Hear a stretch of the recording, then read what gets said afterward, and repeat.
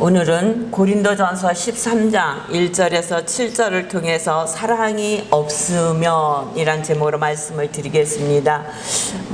이 고린도서는 바울이 고린도 교회에 편지한 편지의 내용입니다. 고린도 교회는 바울이 2차 선교 여행 중에 1년 6개월을 거하면서 세운 교회입니다.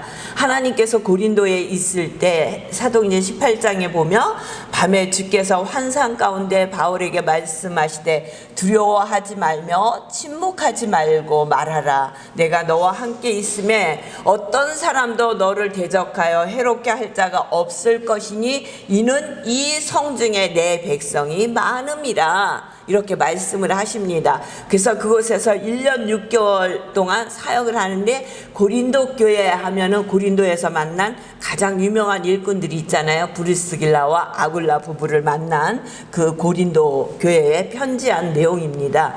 이 고린도 교회는 이렇게 튼튼하게 잘 성장을 하는 줄 알았는데 바울이 3차 선교 여행을 하면서 에베소에 있을 때 고린도 교회가 문제가 있다는 것을 듣습니다. 그리고 그 에베소에서 고린도서를 기록해서 보냅니다. 고린도라는 도시는 항구 도시였습니다. 그래서 굉장히 상업이 발달한 무역 중심의 도시입니다. 그래서 이 도시는 굉장히 번성한 도시였으며 정말 돈이 많은 그런 도시였습니다. 그러다 보니 주민들은 사치와 부도덕으로 살게 되었습니다. 또 이곳에는 이교도 사원이 많아서 성전에서 매춘을 통해서 방탕한 삶을 사는 사람들이 많았습니다. 그래서 그 당시에 고린도 사람과 같다. 그 얘기는 방탕하고 부도덕한 사람이다 라는 것을 상징하는 것이었습니다. 고린도 도시 안에 이루어졌던 많은 일들이, 그 도시 안에서 이루어졌던 많은 일들이 교회 안에서도 이루어지면서 문제를 일으키는 것을 우리가 볼 수 있습니다.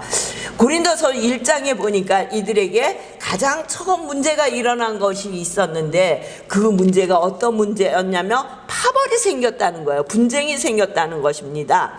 1장 12절에 보니 뭐라고 얘기하느냐면 나는 바울파다, 나는 아볼로파다, 나는 게바파다. 그러니까 또 어떤 사람은 나는 그리스도파야.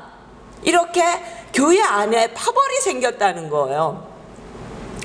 어떤 사람은 바울파라고 얘기했겠죠. 야 무슨 아볼로파냐 무슨 게바파냐. 나는 바울파야. 그럼 왜? 바울은 고린도에 와서 열심히 우리들에게 하나님의 말씀을 전해줬고 교회를 세우지 않았느냐. 그러니까는 우리는 당연히 바울파여야 되지 않느냐.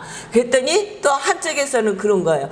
바울은 말이 시원치 않다 그랬어요. 고린도후서 10장 10절에 보면 옛날 성경에는 말이 졸하다 그랬는데 이번 성경에는 말이 시원치 않다 그랬어요. 야, 말도 제대로 못하고 그렇게 그런 사람이 무슨 교회만 세웠다고 다냐. 우리에게 하나님의 말씀을 잘 전해주고 그 말씀이 꿀같은 말씀을 전해주는 아볼로가 있지 않냐. 그러니까 우리는 아볼로파다고 이제 주장하는 사람이 생긴 거예요. 그러다 보니까 또 한쪽에 있던 사람들이 가만히 있으면 좋은데 야 웃기지 마. 아무리 이러니 저러니 해도 게바야. 베드로파라는 건 얘기예요.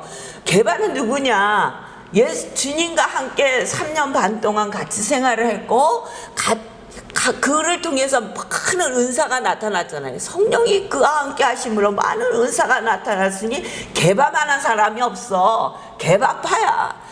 그러니까 또 한쪽에서는 무슨 바울파, 아볼로파, 게바파를 얘기하냐. 나는 그리스도파다. 이렇게 주장하는 파벌이 생겼다는 거예요. 분쟁이 일어났어요. 얼마나 시끄럽고 힘든 상황이었겠어요. 세상에 하나가 되어야 할 교회가 하나가 되지 아니하고 바울파니 아볼로파니 게바파니 그리스도파니를 주장하면서 서로 자기가 옳다고 주장하는 파들이 생겼다는 거예요. 그러니까 바울이 이들에게 뭐라고 얘기하냐면 1장 17절에 보니 그리스도께서 나를 보내시면 세례를 베풀게 하려 하심이 아니요 오직 복음을 전하게 하려 하심이로다. 말의 지혜로 하지 아니하면 그리스도의 십자가가 헛되지 않게 하려 함이라. 내가 너희들에게 간 것은 복음을 증거하려고 하는 것이다. 그리고 정말 정말 세상의 어떤 지혜로운 말로 너희들에게 전하지 않은 것은 그리스도의 십자가가 헛되지 않게 합니다. 그리스도의 십자가만 나타나면 된다는 거예요. 무슨 파가 중요하냐 이거예요. 그러면서 18절에 그 유명한 얘기를 하잖아요. 십자가의 도가 멸망하는 자들에게 미련한 것이요 구원을 받는 우리에게는 하나님의 능력이 됩니다. 십자가의 도를 얘기하면서 너희들처럼 그렇게 분쟁을 하는 것은 미련한 것이라는 거예요. 미련한 것이라는 거예요. 한마디로. 그러니까 구원받은 우리에게는 하나님의 능력이에요. 십자가는 하나님의 능력이에요. 우리에게 하나님의 능력이 된다는 거예요. 그러면서 23절에 우리는 십자가에 못 박힌 그리스도를 전하니 유대인에게는 꺼리끼는 것이요 이방인에게는 미련한 것이로되 오직 부르심을 받은 자들에게는 유대인이나 헬라인이나 그리스도는 하나님의 능력이요 하나님의 지혜니라라는 고백이 있다는 거예요. 그리스도는 뭐예요? 하나님의 능력이요 하나님의 지혜라는 거예요. 그 고백만 우리에게 필요한 것이지 무슨 파가 필요하지 않다라고 얘기를 하는 거예요. 그러면 이들이 여기서 분쟁이 일어서 파만 가지고 얘기했느냐? 아니에요. 고린도 사람 하면 뭐라 그래서 방탕하고 부도덕한 사람을 명칭한다고 얘기했잖아요. 그들 중에는 교회 안에서 음행을 저지르는 자들이 있었다는 거예요. 5장 1절에 보니까 너희 중에 심지어 음행이 있다 함을 들으니 그런 음행은 이방인 중에서도 없는 것이라. 교회에 다니면서 예수 그리스도를 믿음으로 구원을 얻었다고 하면서도 그 고린도 사회에서 흔하게 이루어졌던 그리스도인으로서는 행해서는 안 될 음행의 사건이 교회에 있던 자들 속에서 일어났다는 거예요. 그러니까 이방인 중에서도 없는 것이 교회 안에서 구원을 받았다는 그들 속에서 일어나고 있다는 거예요. 이게 얼마나 어처구니 없는 일이 교회 안에서 이루어졌는지, 고린도 교회가 얼마나 문제가 많은 교회였는지를 우리는 알 수 있어요. 판벌이 생겨요. 교회 안에 있는 사람들끼리 음행이 생겨요. 그 다음에 또 문제가 생기는 거예요. 먹는 것 때문에 문제가 생겨요. 이거를 고기를 먹어야 되냐 말아야 되냐, 이거를 먹는 게 은혜롭다, 먹으면은 너희는 그리스도 안에 있는 사람이 아닌 것 같다. 왜냐하면 그 당시에는 고린 신전에 있던 제사장들이 모든 신전에 드려진 고기를 갖다가 도장을 찍는 거예요. 그리고 그거를 판매했어요. 그러니까 일단 신전에 드려졌던 고기가 판매가 되는 거예요. 그러니까 많은 사람들 중에 이거는 신전에 드려졌던 거니까 먹으면 안 된다 주장하는 사람이 있었던 거예요. 또 한편으로는 뭐냐면 모든 것이 하나님 거 아니냐. 8장 6절에 보니까 그러나 우리에게는 한 하나님 곧 아버지가 계시니 만물이 그에게서 났고 우리도 그를 위하여 있고 또한 한 주 예수 그리스도께서 계시니 만물이 그로 말미암고 우리도 그로 말미암느니라. 모든 것이 하나님에게서 났다는 거예요. 그러니까 아무리 우상신전에 들여서 봐야 그것은 어떤 형태지 그거 역시 하나님이 주신 것이니까 먹는 것에 이상이 없다. 우리 기도하고 먹으면 돼. 이렇게 주장을 한 거예요. 그러니까 바울이 얘기를 듣고는 바울도 후자를 선택. 그래 맞다. 모든 것은 하나님이 주신 것이다. 먹어도 상관없다. 그러나 너희의 먹는 그 모습 때문에 믿음이 연약한 자가 믿음을 떠날 수 있다면 나는 먹지 않겠다고 얘기하는 거예요. 나는 영원히 고기를 먹지 아니하여 내 형제를 실족하지 않게 하리라. 그러니까 먹는 음식의 문제도 교회 안에서 난리가 난 거야. 먹어야 되냐 말아야 되냐. 그러니까 바울이 정확한 먹는 거 하나님이 주신 거다. 먹어도 좋다. 그러나 너희들 먹는 그것 때문에 믿음이 연약한 자가 실족할 수 있다면 나는 먹지 않겠다. 그러니까 하나님 중심으로 봐야 된다는 거예요. 하나님 안에서 봐야 되는데 이렇게 문제가 많은 거예요. 12장 고린도전서 12장부터 13장 14장 12장 14장은 은사장이잖아요. 15장 부활장이고 사실 13장을 우리는 사랑장이라고 하는데 그것도 함께 은사장이에요. 12장부터 14장까지. 오늘 우리가 본 13장에는 고린도전서 교회의 은사에 대해서 얘기하는 거예요. 은사 12장 31절에 보세요. 너희는 더욱 큰 은사를 사모하라. 내가 또한 가장 좋은 길을 너희에게 보이랴. 가장 좋은 길을 보이는데 그 좋은 길이 뭐냐면 사랑의 은사를 가지고 사는 거라는 얘기예요. 가장 좋은 길 13장 1절에 보니까 내가 사람의 방언과 천사의 말을 할지라도 사랑이 없으면 소리나는 구리와 울리는 꽹가리가 되고, 뭐라고요? 내가, 바울이 얘기하는 거예요. 내가 아무리 사람의 방언과 천사의 말을 할지라도 사랑이 없으면, 정말 유창한 방언을 하고 하늘 언어를 해서 하늘의 뜻을 다 안다 할지라도 사랑이 없이 그 말을 한다면은 뭐예요? 소리나는 구리와 울리는 꽹가리, 가장 시끄러운 소음이 될 수밖에 없다는 거예요. 너무너무 시끄럽다는 얘기예요. 아무리 듣기 좋은 소리를 한다 할지라도 그 속에 사랑이 없는 말을 하는 것은 개음밖에 될 수 없다는 거예요. 그렇잖아요. 꽹가리 처음 배우는 애들 치는 소리가 얼마나 시끄러워요. 그렇게 시끄럽고 소음밖에 될 수 없다는 거예요. 아무리 네 입술로 좋은 소리를 해. 그런데 그 좋은 말에 사랑이 없으면 독이 되잖아요. 그렇게 소음이 될 수밖에 없다는 거예요. 우리 인간사 중에 말 잘하는 사람, 세계적으로 유명한 사람을 뽑으라면 히틀러를 빼놓을 수 없잖아요. 히틀러처럼 말 잘하는 사람이 없어요. 그가 말을 하는 말의 소리를 듣고 독일 민족은 우월감을 가졌어요. 그리고 굉장한 자부심을 갖게 했어요. 히틀러의 말 때문에. 그런데 그 말 때문에 그 나라는 어떻게 됐어요? 전쟁으로 인해서 수없는 어려움을 겪잖아요. 또한 세계를 전쟁의 수렁통에 빠지게 하잖아요. 말은 히틀러만큼 많은 사람들에게 감동을 주고 그들을 움직였어요. 마음을 움직였다는 거예요. 그런데 그 말은 사랑이 없는 말이었어요. 그러다 보니까 그 많은 사람들이 전쟁으로 인해서 어려움을 겪었다는 거예요. 그러나 오늘 바울은 뭐라 그랬어요? 시원치 않다 그랬어요. 자기의 말은 시원치 않다 그랬어요. 응? 그랬음에도 불구하고 바울의 말은 어땠어요? 성령이 함께하고 그 속에 사랑이 있으니까 사람의 심령을 살려내고 구원을 시키잖아요. 많은 사람이 하나님 안에서 하나가 되게 하잖아요. 그러니까 말을 잘하고 못하는 게 중요한 것이 아니라 그 말 속에 사랑이 있어야 된다는 거예요. 사랑이 없으면 시끄러운 소음밖에 될 수 없다는 거예요.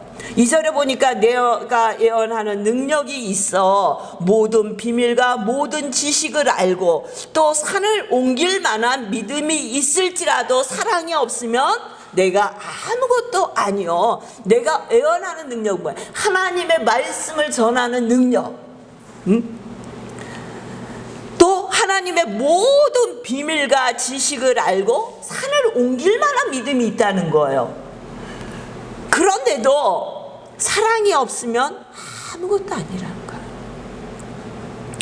아무리 설교를 잘하고 하나님 뜻대로 전한다 하지만 그 속에 하나님이 원하시는 사랑이 없으면 그 소리 역시 울리는 꽹가리와 똑같다는 거예요. 사랑이 없으면 아무것도 아니에요. 사랑이 없으면 아무것도 아니에요. 3절에 보니까 내가 내게 있는 모든 것으로 구제하고 또 내 몸을 불사르고 내어줄지라도 사랑이 없으면 내게 아무 유익이 없느니라. 내게 있는 모든 것을 가지고 구제해요. 모든 것을 나눠줘요. 할 수 있어요. 사랑이 없어도 할 수 있다는 거예요. 나눌 수 있잖아요. 어떤 사람은 어쩔 수 없이 나누는 사람들도 있어요. 또 기업을 키워야 되고 자기가 할 일에 필요하기 때문에 나누는 많은 사람들이 있잖아요. 내 몸을 나의 모든 것을 내어주고 내 몸을 불살아 내어줄지라도, 그러니까 사랑이 없어도 모든 것을 내어주고 불살아 내어줄 수 있다는 얘기잖아요. 그런데 사랑이 없으면 아무 유익이 없대요. 사랑이 없으면 아무 가치가 없다는 거예요. 아무리 큰 것을 나누어도 사랑이 없이 나누는 것은 아무 가치가 없대요. 그러니까 사랑을 가지고 은사를 사용해야 하며, 사랑을 가지고 하나님의 말씀을 전하며 사랑으로 나누어야 된다는 거예요. 사랑으로. 사랑이 없으면 아무 유익이 없대요. 그러면 그렇게 말씀하시는 그 사랑은 어떤 것이냐? 4절에서 7절까지의 말씀이 사랑의 성격을 얘기하는 거예요. 사랑은 오래 참고, 뭐요? 오래 참는다는 것은 인내를 얘기하잖아요. 7절에 보면 모든 것을 견디느니라. 사랑의 시작은 인내고 사랑의 끝은 인내예요. 인내가 없으면 사랑을 이룰 수 없다는 얘기를 하는 거예요. 우리 4절부터 7절까지 우리 함께 봉독해요. 시작. 사랑은 오래 참고, 사랑은 온유하며 시기하지 아니하며, 사랑은 자랑하지 아니하며 교만하지 아니하며 무례히 행하지 아니하며 자기의 유익을 구하지 아니하며 성내지 아니하며 악한 것을 생각하지 아니하며 불의를 기뻐하지 아니하며 진리와 함께 기뻐하고 모든 것을 참으며 모든 것을 믿으며 모든 것을 바라며 모든 것을 견디느니라. 아멘. 요한일서 4장에 보면 하나님은 사랑이시라 말씀하고 있어요. 그러니까 사랑의 주체가 하나님이시라는 거예요. 하나님이 보여주신 사랑은 어떤 사랑이에요? 예수 그리스도를 이 땅에 보내주시고 그를 십자가에 죽기까지 내어주신 사랑이에요. 그래서 요한복음 3장 16절에 뭐라고 말씀하십니까? 하나님이 세상을 이처럼 사랑하사 독생자를 주셨으니 이는 저를 믿는 자마다 멸망치 않고 영생을 얻게 하려 하심이라. 독생자를 주기까지 우리를 사랑하셨다는 거예요. 말로만 하는 것이 아니라 실천하셨다는 거예요. 말로만 너희를 사랑한다고 얘기하시는 것이 아니라 독생자를 주시기까지 우리를 사랑하셨다고 말씀하시는 거예요. 행동이 동반된 사랑을 하셨다는 거예요.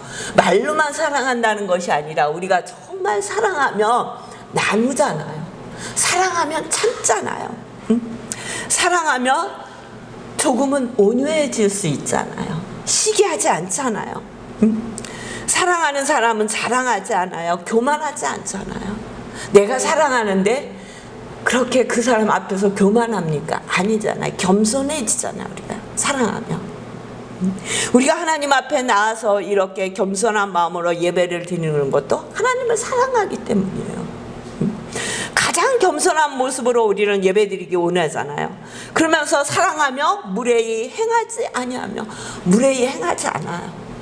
사랑이 있으면 무례한 말을 하려고 하다가도 참아요. 자식을 향해서 저주하는 부모는 없어. 왜냐하면 사랑하기 때문에. 그 자녀가 온전히 내 사랑하는 내 마음에 흡족해서 무례히 행하는 말을 하지 않는 것이 아니라 그 사랑이 모든 것을 이기는 거예요. 사랑하니까. 응? 무례히 행하지 않아요. 자기의 유익을 구하지 않아요. 응? 얼마나 자기의 유익을 구합니까? 이 일을 하면 내가 유익이 있을까 없을까? 많은 사람은 계산하잖아요. 우리 계산해야죠.